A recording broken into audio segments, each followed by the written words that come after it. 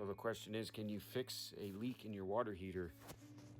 This water heater's probably around 20 years old, and all of a sudden one day I went out in the garage, and the first time it started leaking, it was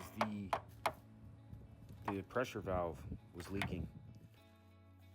So I put a new one of those on, and then it lasted probably 4 or 5 years later. Then there was another leak in the garage, and it basically, at that point, it was leaking pretty good.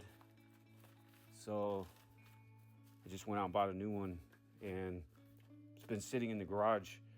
I was trying to figure out what I could do with it, try to fix it, or then I came to the conclusion, trying to take it apart, that it's not easy to take apart. The metal surrounding the water heater is pretty thick metal, and basically the only way to find the leak is to take that metal and foam off to try to find the leak.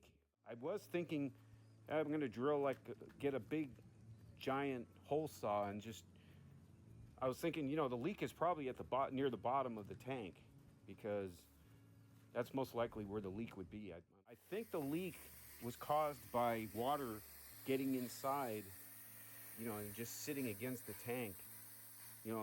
Once the water gets in there, it's pretty sealed in there, and it's possible maybe the valve, the leaky, the valve, maybe when I took it off, or water got in there, and that's what caused the leak.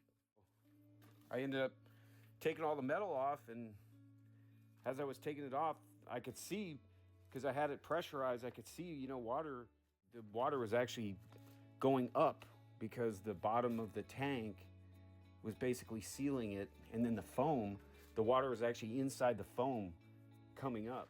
I followed the leak all the way down and found it, and then I was like, well, maybe I can use the tank for, storing water or something.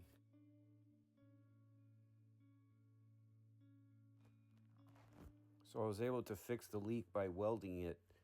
It took a while to get it to seal. I guess my welder, I didn't have enough amperage. I had it on 110 volt, and I just kept welding it, and it didn't want to seal completely. It finally sealed. Sorry for this extra video. I just wanted to include some of the information in the video that was printed on the water heater, just in case anybody is interested.